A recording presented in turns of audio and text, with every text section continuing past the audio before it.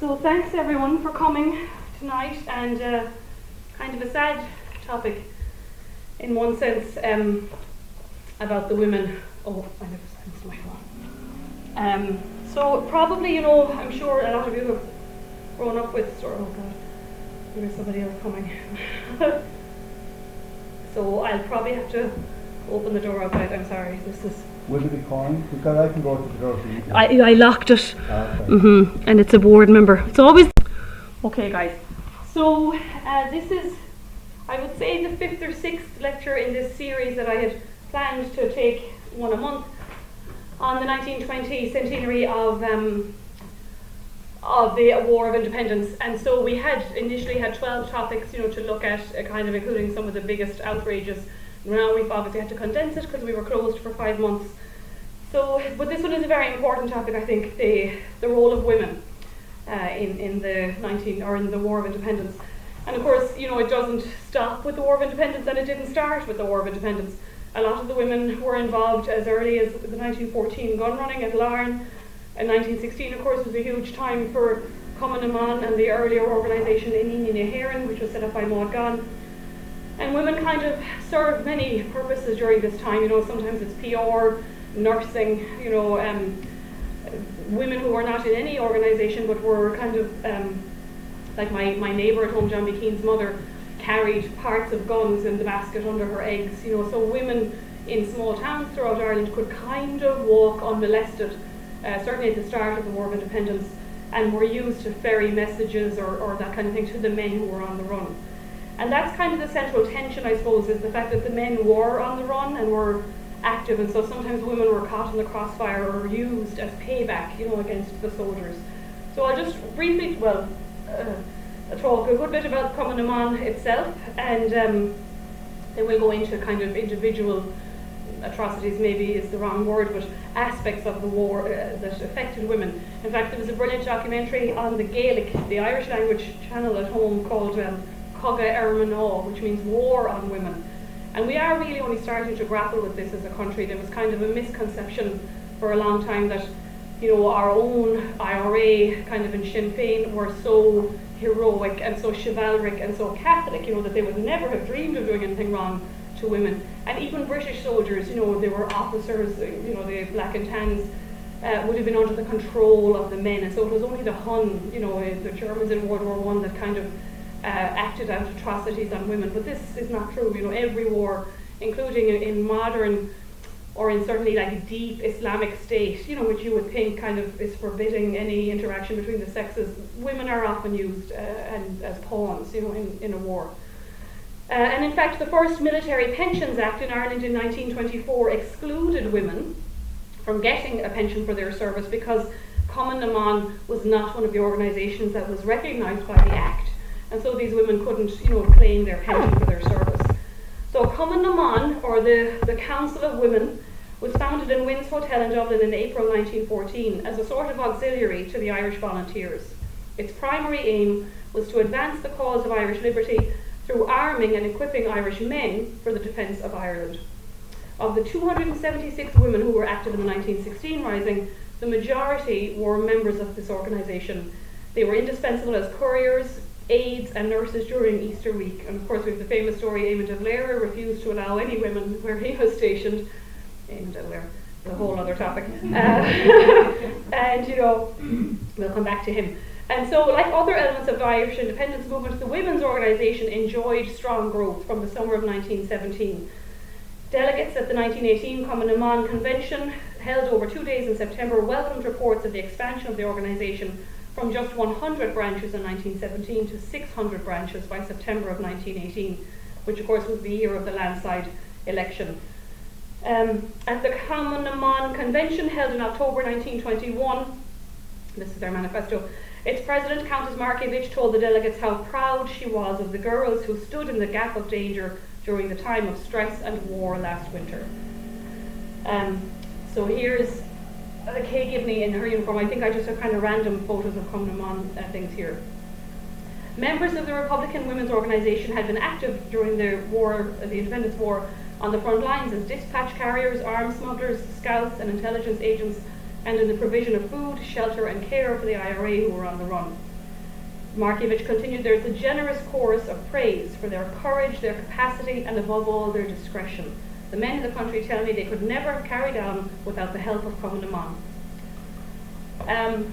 And so, of course, this is the famous picture from 1916, Elizabeth Farrel, who was the nurse. This is just iconic.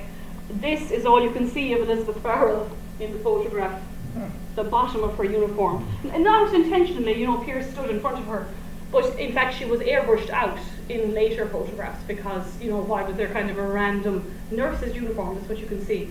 And it was very telling that for a long time the official photograph of this is Pearse, handing in or surrendering to the British. They airbrushed even out like the 4 inches of material that we can see on her uniform, and so she had been the one to carry the message from Pearse back and forth to the leader, and then from his barracks to the 7 other, headquarters, dodging bullets, going across no man's land, and just totally airbrushed out. So this is what they're coming from. This is the PR side of things now that I was talking about.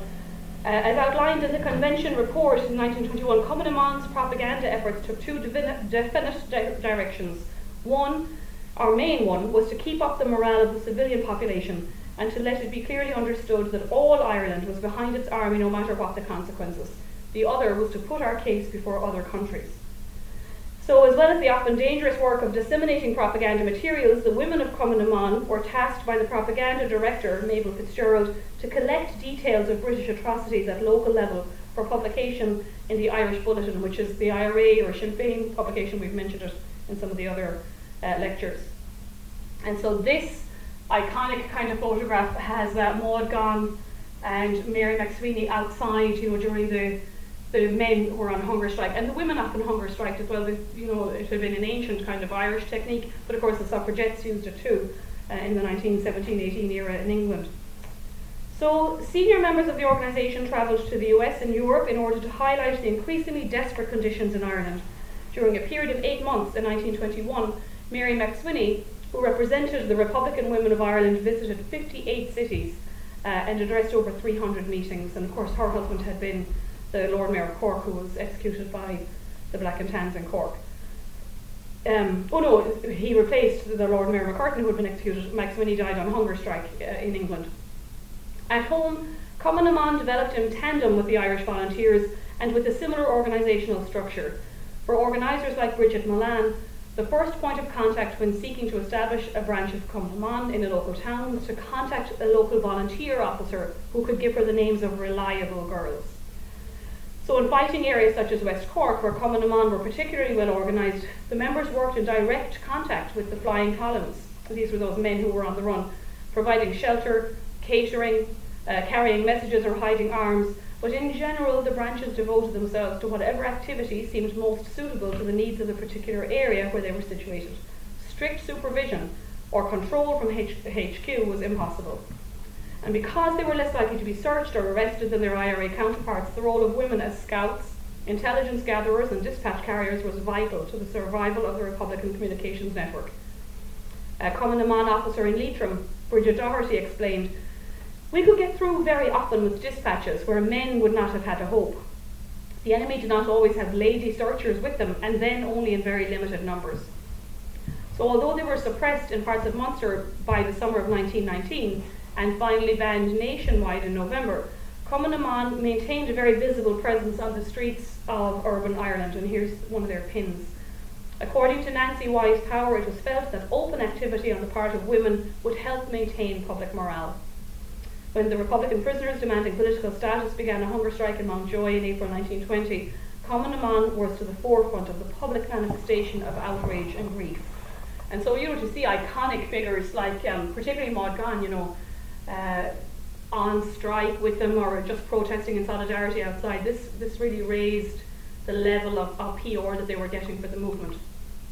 This lady is an unknown lady, but they think the pin on her shirt there is Cumann na Mban.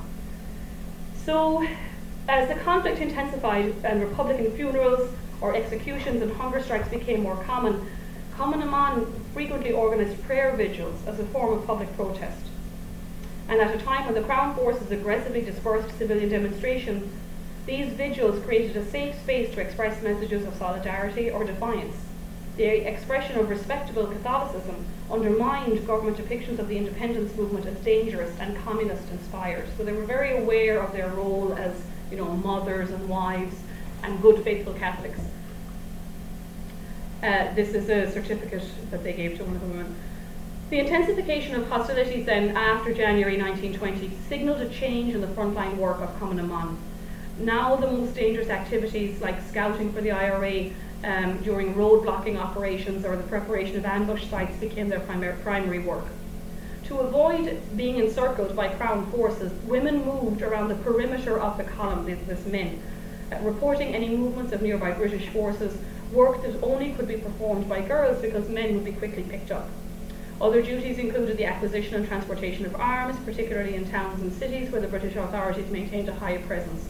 It was not unusual, said Molly Cunningham, for me to take 2 or 3 revolvers at a time from one company area to another.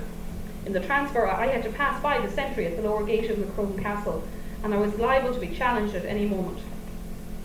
Cumann na mBan women transported ammunition from general headquarters in Dublin to regional brigades, concealing it in their luggage or underneath clothing.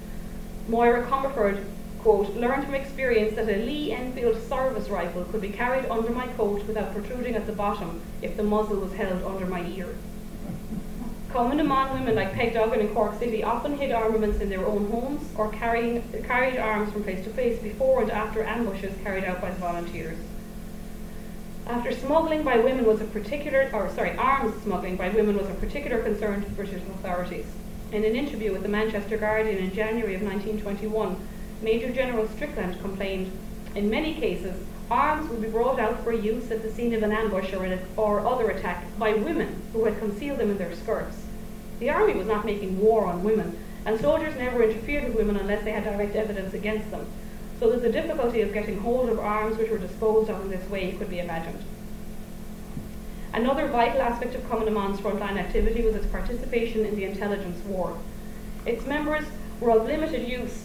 This is outside one of the meetings. So, very popular and kind of, I suppose, glamorous for some of the women who were getting involved in it. Certainly, it offered sort of an opportunity for excitement and action that a lot of women would not have had. So the members were of limited use when it came to information gathering in governmental military circles because the 1920 Constitution prohibited members from doing any kind of work for the English enemy. So, a lot of them didn't work anymore kind of in police stations or that kind of thing. But in rural areas, intelligence provided by Cumann na mBan was useful to the IRA in the field. Dublin Castle documents described the women in Tralee, for instance, we talked about the siege of Tralee before, as being very inquisitive about British personnel and forwarding any information they acquired to the rebels. Women who lived near RIC stations and barracks were a vital link in the intelligence chain for the local IRA. And as one volunteer, Marie Coleman, put it, postmistresses played an especially important role in interrupting communications that were intended for the police or military and warning the local IRA of the Crown Forces' plans. So then as the war progressed, the British authorities began to recognise the importance of Cumann na mBan women to the guerrilla war effort. So Linda Cairns was arrested in Sligo in November 1920 for transporting arms, ammunition, and 3 IRA suspects knew then that the organisation was coming under increased scrutiny. Female searchers, this is a pamphlet warning Cumann na mBan women to not consort with British soldiers, and we'll come back to that. Female searchers were introduced in late 1920, and raids on the homes of Cumann na mBan members now became more frequent. Unlike the IRA men, women of Cumann na mBan could not, of course, go on the run, so that left them exposed to threats, abuse and interrogations and full brutality of reprisals conducted by the Crown forces. Bridget Brophy and some of her comrades in Carlow were threatened with being shot by British military for distributing propaganda pamphlets. Shortly after that, I was told by the RIC that my house would be blown up and that I would be blown up with it. Lil Conlon, a member of the Cork Cumann na mBan, wrote in her memoirs, swoops were made at night, entries forced into their homes, and women's hair cut off in a brutal fashion, as well as suffering other indignities and insults. Molly Cunningham's home in Macroom was being raided and searched 2 or 3 times every week by enemy military and police forces. And when Bridget Doherty's own home was raided, she was undressed almost naked by 2 female searchers. I am positive, she said, that one of the searchers was a man dressed up as a woman. So as Peg Duggan, another volunteer, later recorded the perilous nature of their work did not deter the Republican women from assisting by every means in our power in the fight for freedom. Fundraising for the volunteers had been, as I said, a principal Common Amon activity since 1914.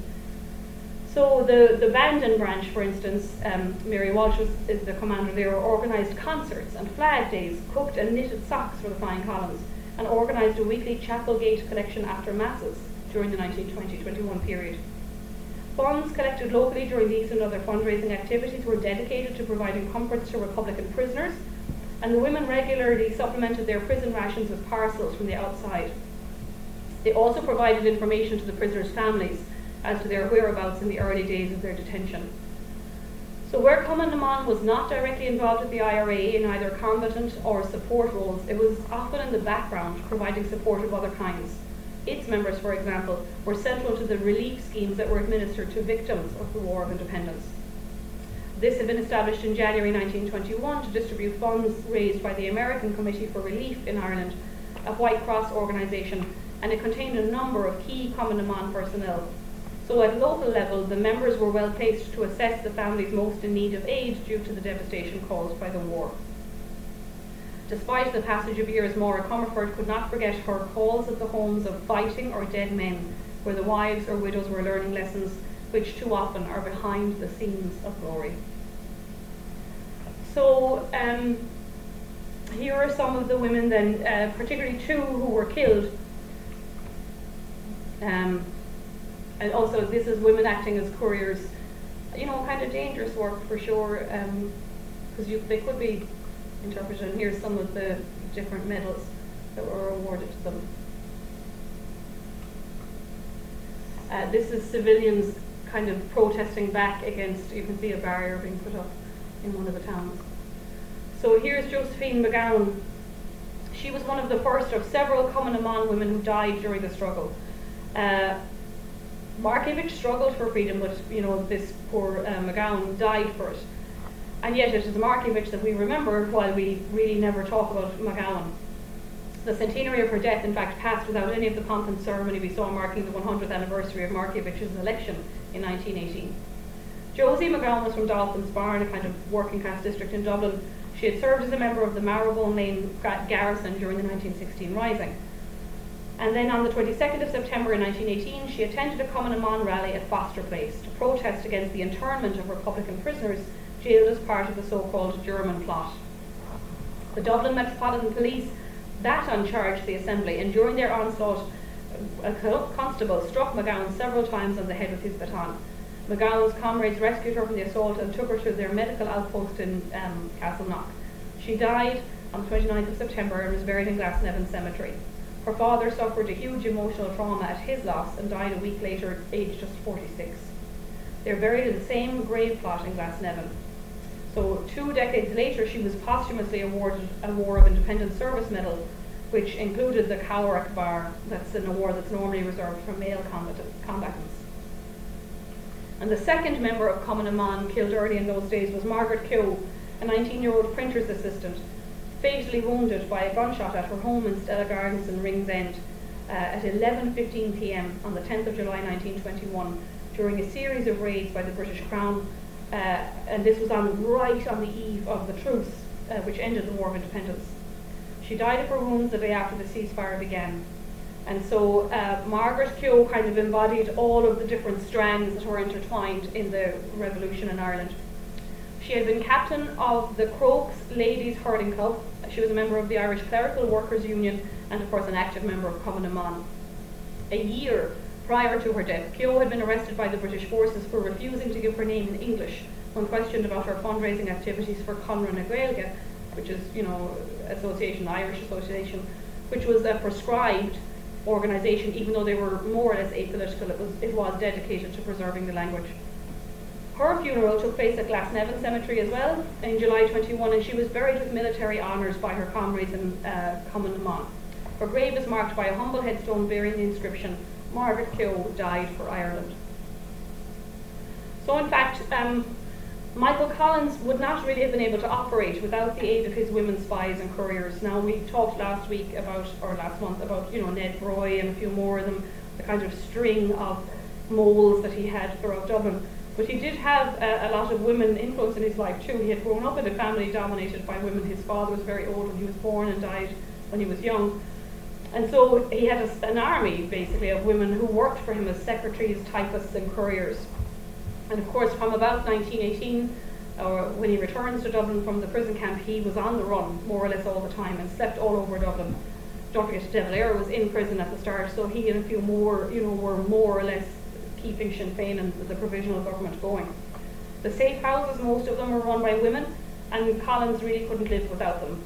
Their work required nerves of steel as they treated wounds and provided food and shelter, faced interrogation or ransacking of their homes by the British. They did this day after day, and in most cases brought up families as if it was their normal way of life. So this woman is Dr. Eileen McCrane, who was officially, she had a senior role in Common Amman as captain of the UCD branch. She was director of publicity and a member of the executive. And unofficially, she worked with Michael Collins in intelligence, and he was the director of intelligence for the IRB.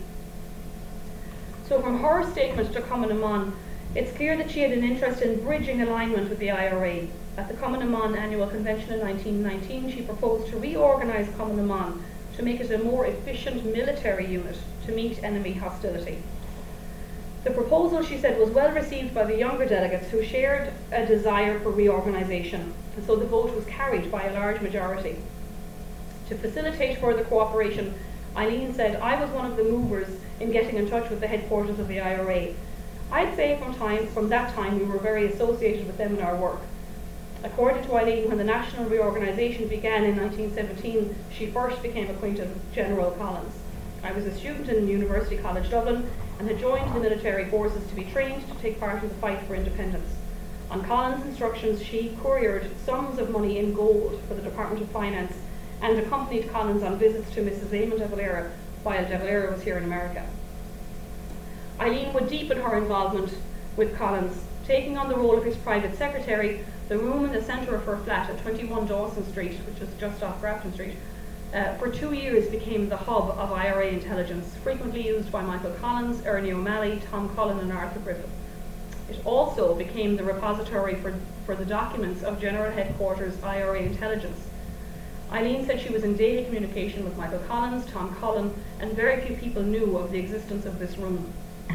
On New Year's Eve, 1920, her top floor apartment was raided by 15 members of the auxiliaries, that paramilitary unit of the RIC. Apparently, Colonel Ormond Winter, who was head of the British intelligence, had orchestrated a New Year's Eve raid, and because he knew she was a prominent Sinn Féin member. So this, of course, was a coup for British intelligence following Bloody Sunday, which had happened that earlier in November, and 13 British intelligence officers from the Cairo gang had been killed. So this raid on Eileen's flat was a major blow to Collins. The papers seized in the raid led to the arrest of Ned Broy, who was a double agent in the Dublin Metropolitan Police, copying sensitive files from Michael Collins. Discovered in the apartment was a specially kitted out room for use as a temporary office, crammed with IRA intelligence papers. Collins made the mistake of actually never throwing anything out, so he carried bunches of papers and files with him wherever they were, so there was sensitive information here. It also, more sadly, in one way, it was an arms dump, and so Eileen McCrane, the British discovered, was fully acquainted with the contents and nature of all of them. 6 revolvers and a large quantity of dum-dum ammunition was found. Eileen was brought to the Dublin Castle and interrogated by Colonel Winter, the head of British intelligence. She spoke not one word. Describing her treatment at the castle, she said, "I was detained there the whole night, undergoing continuous interrogation." She alleged that she was treated with indignities while in the castle and threatened with torture. Charged with high treason, Eileen was sent to Mountjoy Prison on the 1st of January 1921. While in Mountjoy, she was the officer in charge of the women political prisoners. Michael Collins instructed the Dublin Brigade to try to organise her escape, but the British discovered the plan. Her court-martial date was set for the 12th of May 1921. In her statement to the court, Eileen said, "The obvious question that arose was why hold her responsible for arms and ammunition and not for the literature which was also found?" No answer was given by the court. In official British records on the case, a letter between Dublin Castle and the Home Office in London discussed her trial. There was no doubt that all of these papers were in her custody and that she was fully acquainted with the contents and nature of all of them. They would have enabled her to be tried under practically every regulation of the Restoration of Order in Ireland Act 1920. It was considered, for obvious reasons, that it would be better on the whole to try her here alone in Dublin, rather than to bring the documents into the case, and so accordingly she was merely charged with possession of revolvers. She was sentenced to 4 years penal servitude, which in present circumstances cannot be regarded as an excessive sentence. Eileen felt that actually it was just to try to get rid of her because the truce was coming, and they didn't want any unpleasantness with Michael Collins, but at the same time they didn't want to let her go. So they charged her with a couple of guns that she said, I have nothing to do with. Eileen was imprisoned in Waltham Prison, Liverpool, on the 25th of May 1921, and never spoke about her time there. Linda Carnes, who was a political prisoner at the same time, described the prison. The food was bad and the prison was dirty and badly kept. According to Home Office records, Eileen was transferred from Liverpool to Mountjoy on the 10th of August 1921 at the special request of Sinn Féin. Of course, this is ongoing during the treaty negotiations. As officer in command of the women, the political prisoners there in Mountjoy, she did not sanction the infamous escape of women prisoners, which was led by Linda Carnes, and she later brought charges against her. The escape had serious consequences for the remainder of the political prisoners, and so those other women were placed under the guard of the auxiliaries, which meant that they then went on hunger strike because these other women had left, the conditions got worse. The British would attempt to send Eileen back to Liverpool. In official British records, from a letter dated 18th of November 1921 to Fintan Murphy, who was the chief liaison officer of the IRA, it said, Eileen loses no opportunity of causing trouble at Mountjoy, and today in the presence of the governor was heard to utter threats of personal violence against a certain wardress. In these circumstances, the government has ordered that she be returned to an English prison at once. Before she could be removed to Liverpool, potentially as a stretcher case because of illness, she was actually released from Mountjoy on the 8th of December 1921, following the signing of the treaty on the 6th of December. Not long after, she resumed her activities for Óglaigh na hÉireann and was actually a really vital member of the anti-treaty IRA, as, funnily enough, most of the women from Cumann sided against the treaty. Another woman who was kind of famous in Michael Collins' circle, not Clark, although she's important too, was Nancy O'Brien, who was actually Michael Collins' second cousin, and she worked in the post office.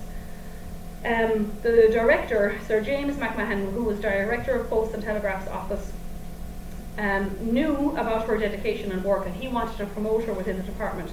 He knew that Collins had information about the officers before they had received it. And so because of her abilities, McMahon tried to hire her to decode messages in his office. So he knew, from further down the ladder she was passing on information.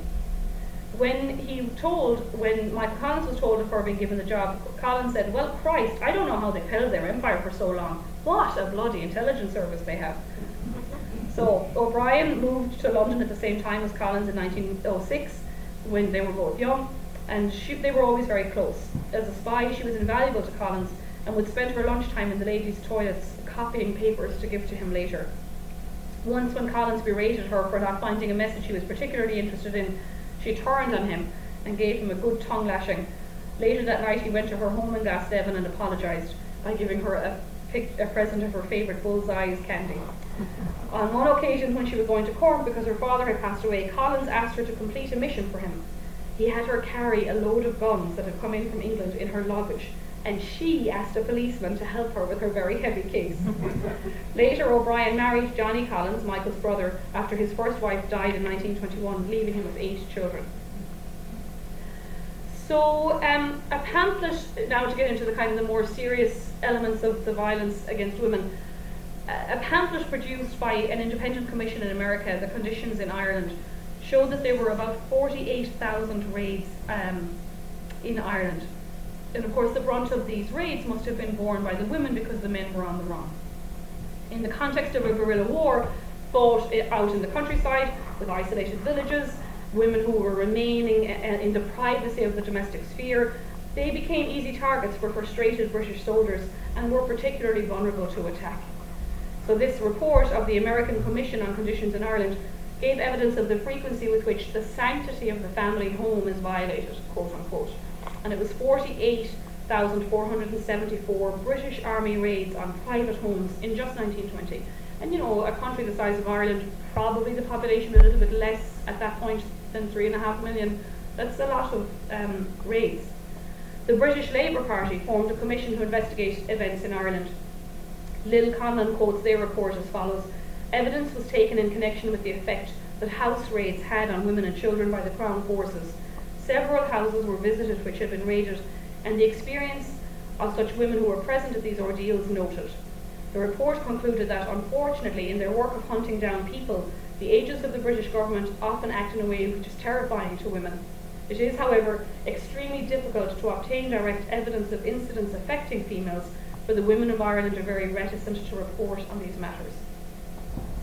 So, attacks on women known or suspected to be sympathetic to the Republican movement became increasingly reported on in the mainstream press as the War of Independence intensified throughout 1920.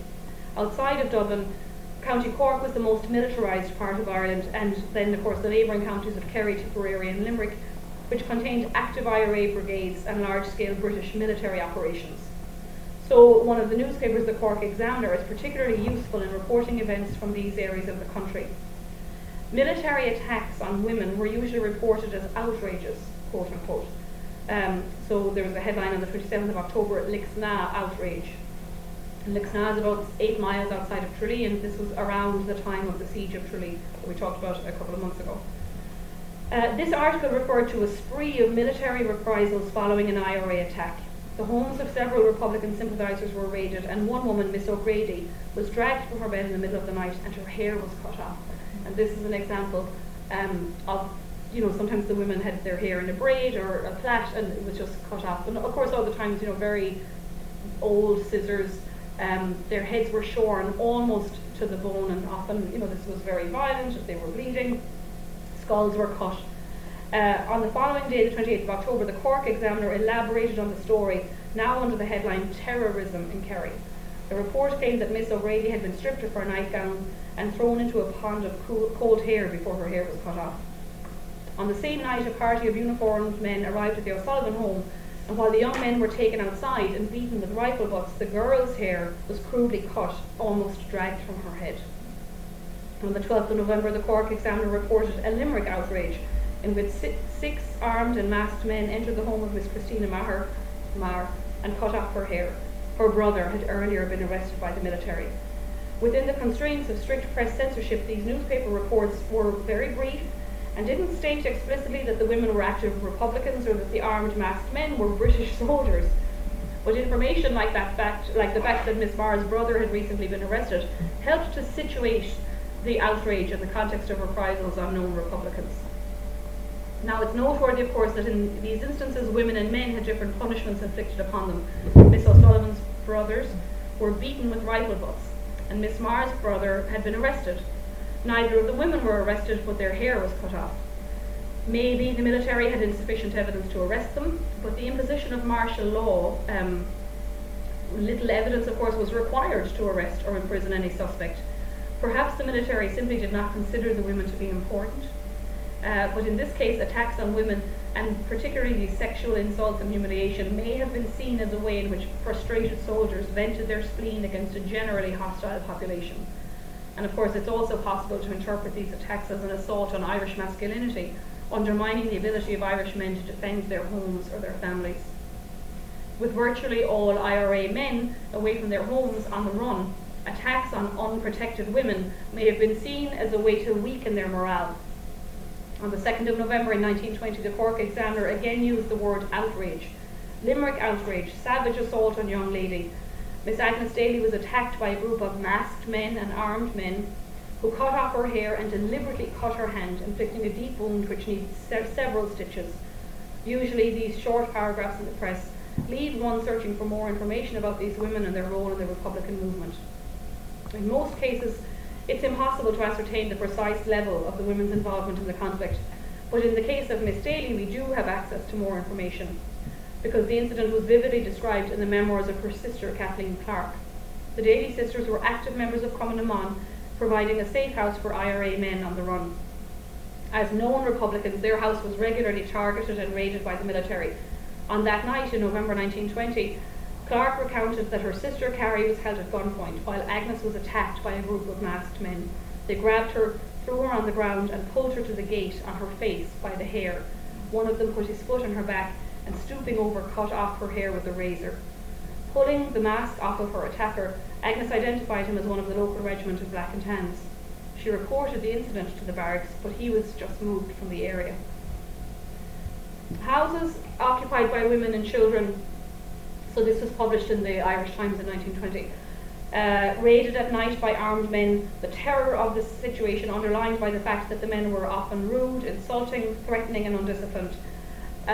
Women often said that the men appeared drunk, and this, all of these accounts kind of sound similar. Women were dressed in their night clothes. Facing uniformed armed men indicates the inequality and potential danger of the encounter. But it is possible as well to interpret these memoirs as testimonies of bravery, conviction and determination, as well as terror and vulnerability. Despite their obvious fear, one of the women I just mentioned there, MacDonald, suffered a heart attack following a series of nightly raids. The women remained steadfast to the Republican cause and never divulged any information to the Tans. Although it was an extremely serious offence to harbour a wanted man, women continued to operate safe houses and to shield IRA men even in the most militarised districts. If the military raids and attacks on women were intended to weaken IRA morale, then they were only on occasion successful. Following an IRA attack on the Mallow military barracks, Ernie O'Malley recounts the feelings of his men as they withdrew into the countryside and realised that the Black and Tans were carrying out reprisals on their town. There was silence for a time as we watched helpless. One man remarked, "Damn it, it's terrible to think of the women and children in there, and the Tans and soldiers sprawling around drunk, setting fire to the houses." O'Malley says that although the IRA men had successfully accomplished their mission, they felt cowardly and miserable as they marched away from the beleaguered town. Now, while British forces certainly carried out attacks on women, it's important to note that there were also attacks by Republicans to intimidate and punish women. Lil Conlon reports that as part of the boycott against policemen, and we talked about this about 2 months ago, people were encouraged not to socialise with them or even speak with them, the members of the Royal Irish Constabulary, and we said something like 80% of those men were actually Catholics and Irish. Girls, and I showed you the comment in the Mon flyer earlier, girls who consorted with RIC and later British soldiers were warned or punished by having their hair cut off. So in March 1920, the Cork Examiner carried the headline, "Holy Cross Outrage, Young Girl's Hair Cut Off." The young girl, who was keeping company with a local policeman, was seized by a number of men who forcibly cut off her hair.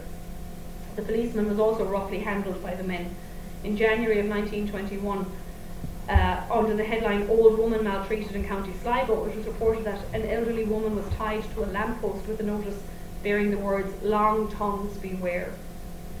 Another woman, Margaret or Maisie Crean, was from Roscommon, and the IRA kind of burst into her home, middle-aged, and they were kind of annoyed at her that she was supplying the British forces with milk and things, and they actually pierced her buttocks with 3 pig rings, used to ring a pig's nose. And this was reported in the paper at the time and stuff, so very, this happened a lot, from both sides. And it was, it was supposed to serve as a warning. Now, it could be argued that Republicans legitimised attacking women on the grounds that the women were consorting with British police and military or colluding with British authorities. In both cases, women were defined through their relationship with the enemy as spies or as girlfriends. And of course, this happens in France too after World War II. Women famously have their hair, and it's filmed. It's actually really gruesome to watch it. As groups of men shave these women's heads. There was suggestion that Irish women fraternised with the British military, but these women were dismissed as unfortunates, which may be an oblique reference to prostitution. For example, Tom Barry says that by the end of 1920, the practice of isolating British soldiers was having an effect on their morale. Except for a very few, no one would speak to them. Old men spat as they passed. Old women looked through them with contemptuous stares. Children jeered at them. No girl, except the unfortunates, would meet them. British troops were enemies and were made to feel it by these sturdy people. And so that's part of that myth making, that there was no sexual violence in the Irish War.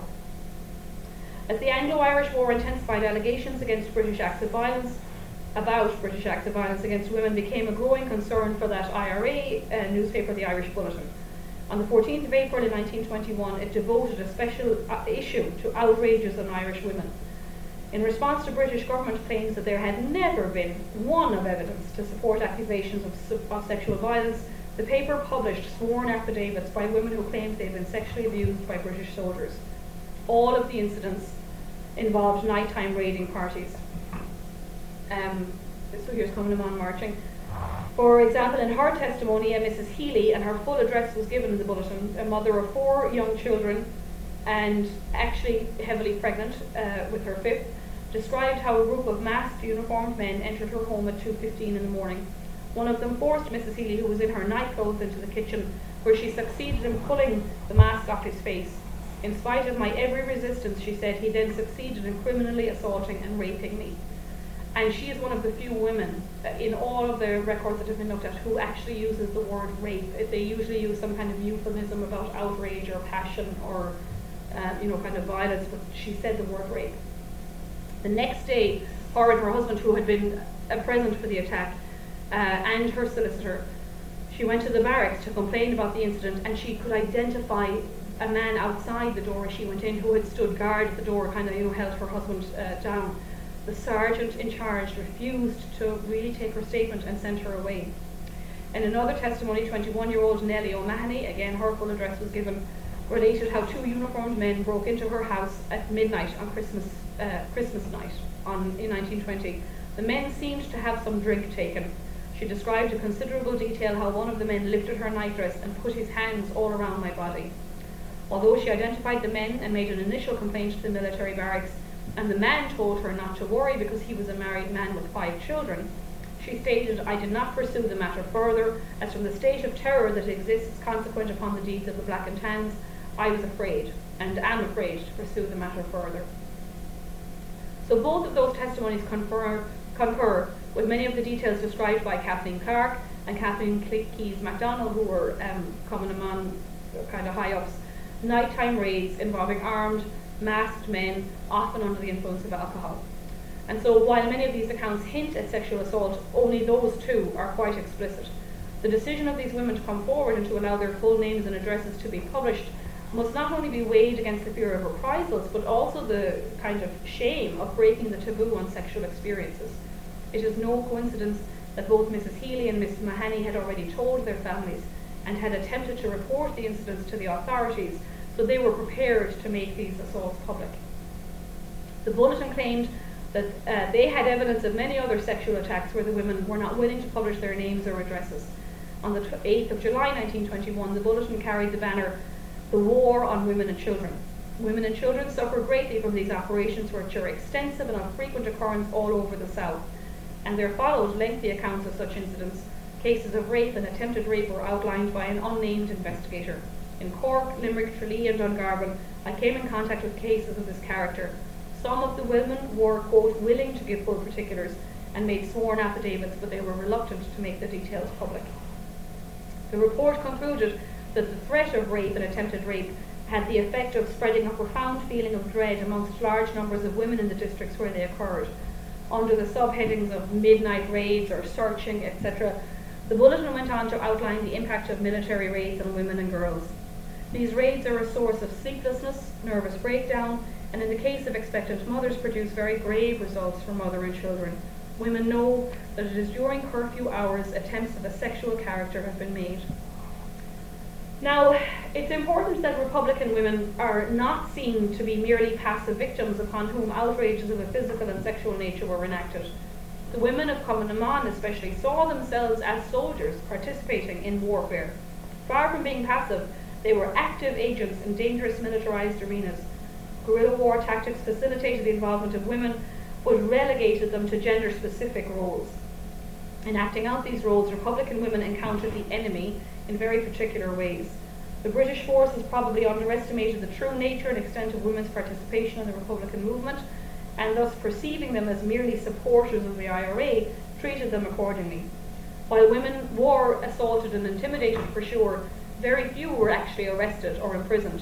In fact, only about 50 women were imprisoned during the entire War of Independence. In the summer of 1921, a truce was finally declared between the British government and the Irish Parliament, or Dáil Éireann. In July, comments were made in the House of Commons about the high numbers of women and girls who had been injured or killed during the conflict. Thus, there appears to have been a belated acknowledgement on the attacks on women and girls had been widespread during the war. It continued to be very difficult to secure a conviction against individual soldiers for any of these outrages. So, for example, on 16th of July 1921, the Examiner reported that Private Bennett, who was charged at a military court-martial with the murder while on active service of a young woman named Miss Maher, he was found in a drunken state beside her body. There was suggestion in the newspaper that the woman had been sexually assaulted, her clothes were in a disordered state, and some of the evidence was deemed not suitable for publication. But on the 18th of July, the Examiner reported that Private Bennett had been found not guilty. So, these women were kind of on the forefront of the war and yet sort of seen as almost incidental. Forcibly cutting women's hair, a widespread practice in Ireland and many other wars, including the later Spanish and Greek civil wars, was a form of serious violence that singled out and marked women as enemies, sexual transgressors or traitors. It often involved humiliating, terrorizing or hurting women in a manner which had long-term consequences for their physical and mental health. So the violence carried out against women was gendered and often psychological. And the strangest thing about all of these acts was that the behaviour of the men, particularly when it was IRA men committing these atrocities, was seen at the time as a punishment of the woman and not as a criminal act committed against her. So it gave both of these masculine forces formidable power and license to act however they wanted against these women. Anger, sorrow and shame are all recorded in the women's stories, whether it's in the bulletin or the press or later on the military archives. So the research has tended in Ireland to focus on the military or political aspect of the War of Independence, or the heroic aspect of the men fighting for and winning national freedom. But these women deserve to have their stories too, using their own words. And of course there are probably many, many other stories of women who never reported anything. So it was a very stigmatizing punishment and very violent. And of course, the convents were sometimes attacked, although it was never really reported, that nuns had been attacked. There was one particular case in Westmeath, but the priest was able to intervene on time. The soldiers wanted to kind of stay in the convent, but they stayed in his house instead. And so the fact that these women, weren't really, or the men, I should say, weren't punished for these crimes, sort of lets you think about, what was seen as the crime and what was seen, as I say, as a fitting punishment. The sad thing too is this continues, which we will look at next year when we look at the Civil War. And so, women were kind of playing a push-pull battle with forces on both sides. So that's it. Thank you very much.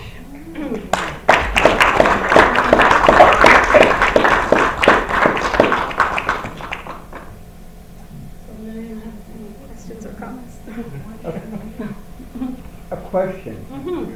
So, do you think there was more, or is there evidence of there being more involvement of the atrocities and so forth in areas where there was more activity, like Cork or Wexford or some of the, especially probably Cork, than in other places where they were less active with regard to the IRB or the IRA? Yeah, well, it seems to be. I mean, almost 49,000 household raids in 1 year alone. I'm sure it was, sort of throughout the country, but it does seem to have been, or certainly the reporting concentrates a lot on Munster. So we know Cork, was a hotbed for sure. Kerry, at times Waterford. But there's interesting, like that girl I mentioned her in the 2 times ago, the Black and Tan. A woman was sitting on her wall, I think it was in Galway, and the Black and Tans were a little bit nervous at this point because it was guerrilla warfare. It's very hard to judge where anyone is coming from. And they kind of shot randomly as they were driving by and shot her. She was, sitting on the wall of her house. So I'm sure there were kind of isolated attacks in other towns like Roscommon. You kind of don't think anything was happening there, But I think there was enough of a machine, we'll say, set up in the likes of Cork or Waterford or Kerry to report on the atrocities, you know. And of course later on then when the women, particularly coming on, when they start to gather the stories, that's where you kind of see. But you know, I was listening to that Irish language documentary, and one of the women historians, and I think it's interesting too, you know, like men historians have been looking at these records for 50 years, you know, and like it's not their fault either, but if you did a search for the word rape, it doesn't appear in any of the testimonies. So there's, you know, no one uses the word rape, but women can read into it. So female historians have kind of seen another side, you know, to the testimonies that the male historians just kind of hadn't picked up on, you know. And so in fact it kind of came to light for one historian. She was researching the church. It had nothing to do with the War of Independence, and actually this was a Civil War story, but she was looking at the bishop's files, and in his files was a handwritten letter from a woman who had been raped by Free State soldiers and got pregnant and wanted money from the bishop so she could give the child up for adoption. And she was like, oh, hang on a minute, you know, did this happen, you know? And that was when they kind of re-looked at the military files. Meg, I don't know. Yeah? Yes. The atrocities that were committed by the Republic, by the IRA, against women, did these stories reach the high command, you know?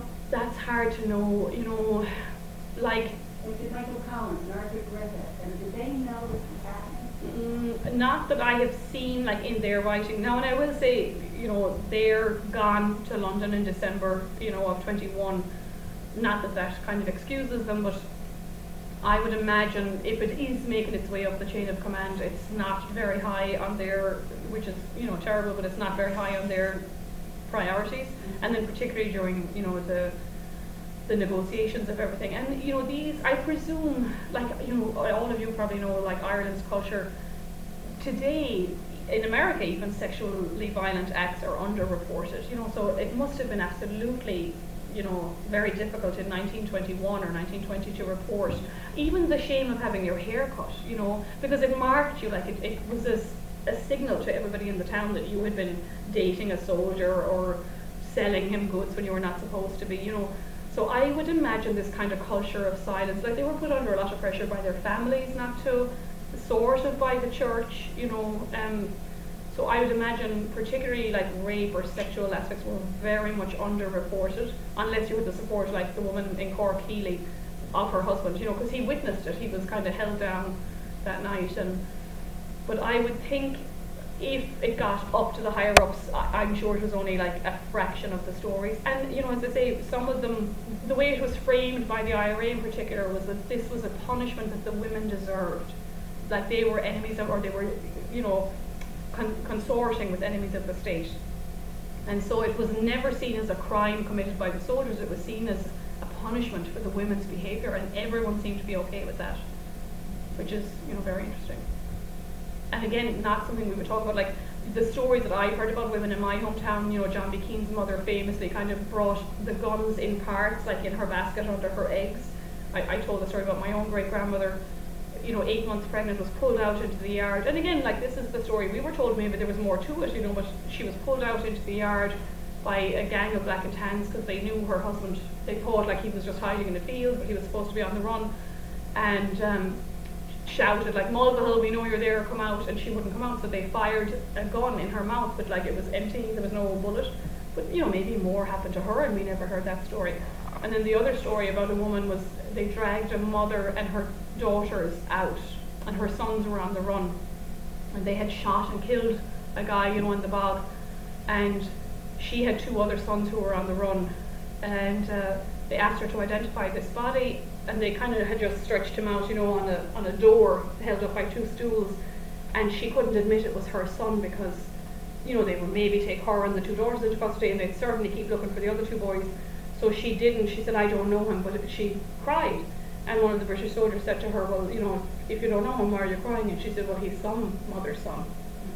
And so, you know, there was a lot of this, but again, that's a very kind of hagiographic story, you know, like of mother and martyrdom and stuff. So it's interesting the stories we chose to tell our own little communities, you know, and what we censored from ourselves. Did any of you like have stories of, you know, I remember like my cousins in Australia, you know, oh, the black and tans in the street, and you know, they had heard stories from the grandparents that had emigrated, but only snatches, you know, come down. I grew up in Galway, and I mentioned to you before. My mother was in Common and my uncle was on the runner course at the time, so that wasn't any big surprise that kind of match up with regards. And of course, the cans came on a regular basis to the house. So with my mother's father and the stories that my mother would tell. My mother's father would take him out to the gable to hold the revolver right up to his head, saying, "Where's your son?" In stark, while the wife and children watch from the door, certain that it's probably going to happen. Yeah. But so indeed, very much. And then I lived in a little small village in Connemara, in the west of Ireland, in Galway. And the villagers there, because they were all thatched roofs at the time, and the villagers related to poor Sonny Latt, who was one of the neighbours, and would never have been on their own from anything except to running to work, in which they torched his roof. And but Sonny was lucky enough to be able to put it out. They left before the entire roof had taken fire, and with the thatch, of course, it's straw, so it goes on up like that if you get a chance. But with regards to that, a question that I have for you with regards to that, without taking away at all from the others in their comments, but does it surprise you, although in my own family, indeed they went this way, that so many went towards the refusing to sign to the treaty and gone on to De Valera's side, if you will, as opposed to Collins, who was obviously also held great sway. Yeah. Yeah. I have to say that does. So, like, when we do come to the treaty, it's amazing. Like, the women, Padraig Pearse's mother and McSweeney's widow, Jeannie Mac, like, the speeches they give against the treaty are 1,000 times more violent, like, than anything De Valera said against the treaty, And I think so part of me wonders, is it because they're thinking, Jesus Christ, like, my son died for this, or my husband, and you're asking me to compromise, and so. Yeah.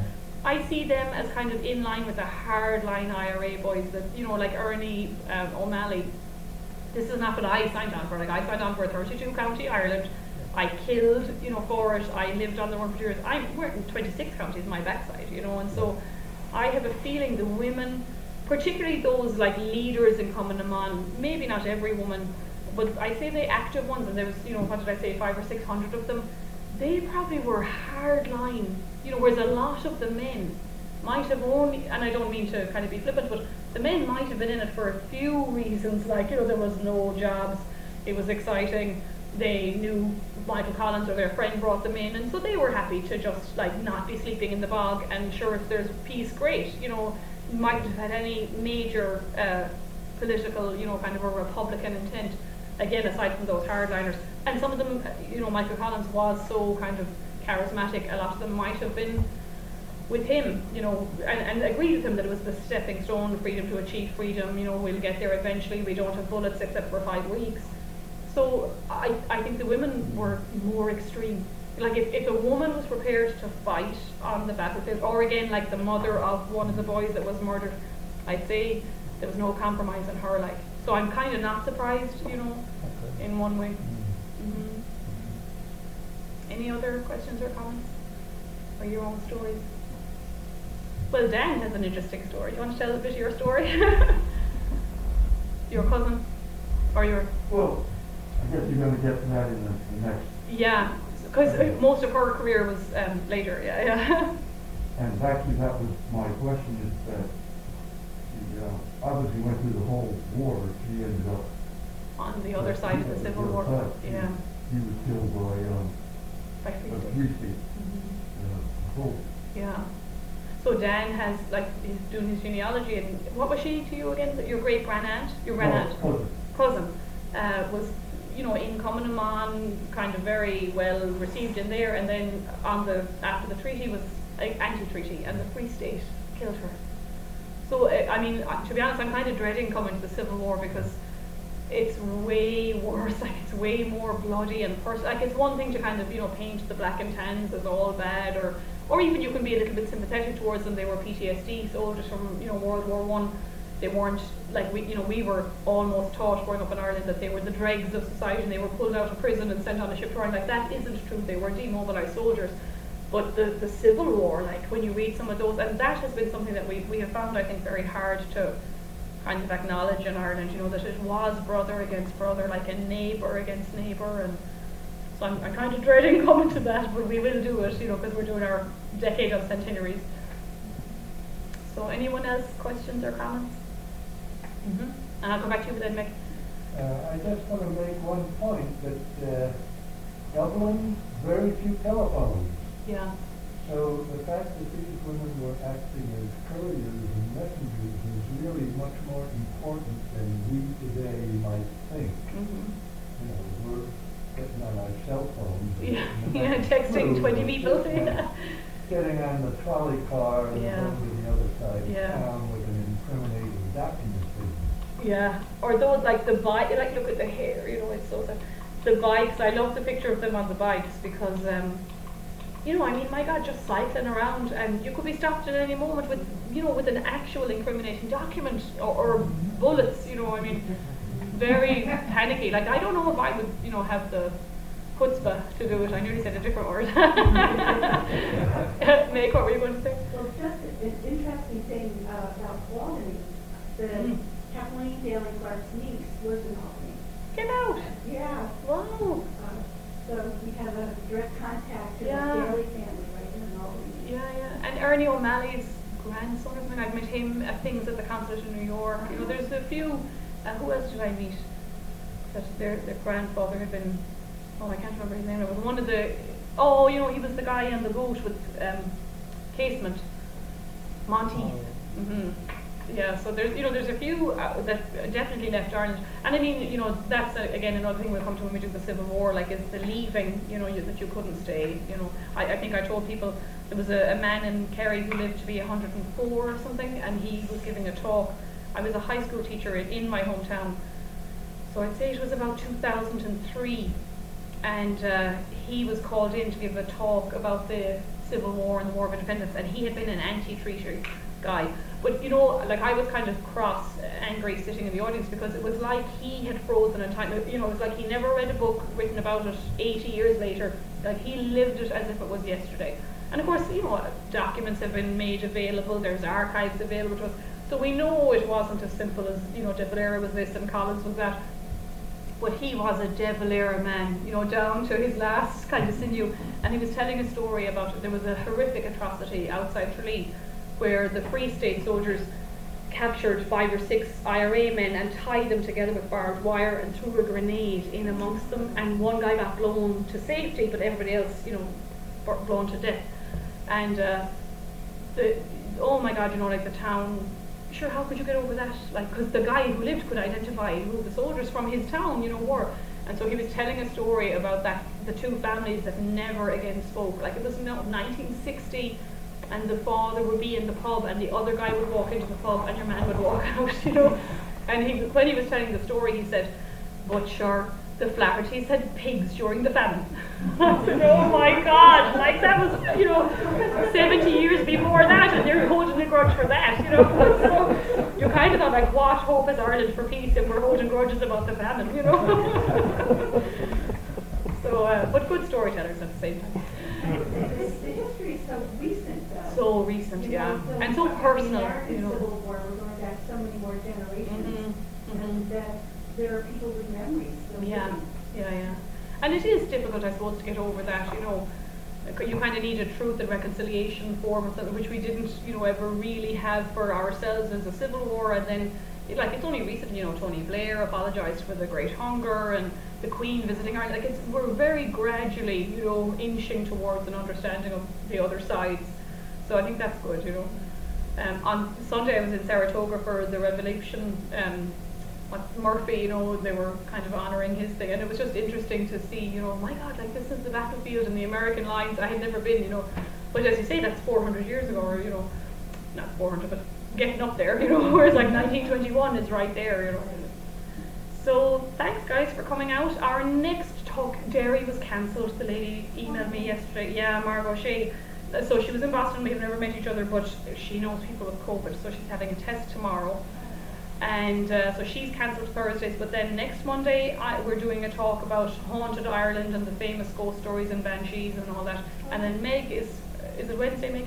Meg on the 28th is giving, Dr. Carol, her lecture is going to be on Tana French. I don't know if any of you have read her. She's a brilliant, kind of spooky but modern, yeah, I love her. Police procedurals, kind of criminal murder novel set in Ireland, Dublin. So thanks everyone for coming out. It was great to see you. I hope the rain has stopped. Thank you. Thank you. Oh, look.